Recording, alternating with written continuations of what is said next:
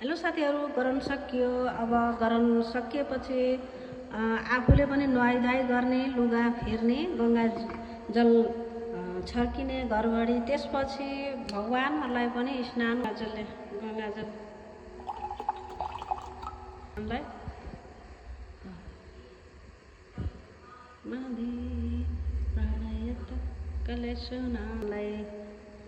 यसरी पुछिदिने, त्यसरी भगवानको सबै लुगाहरू उकालेर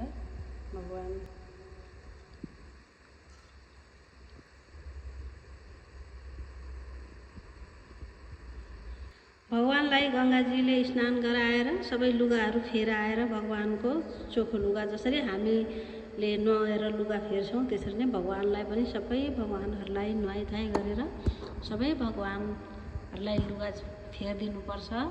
अनि हामीले बेलुकाको आरती सम्पन्न गर्नुपर्छ।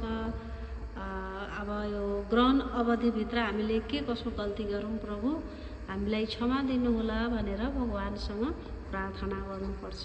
हस्त, राधे राधे।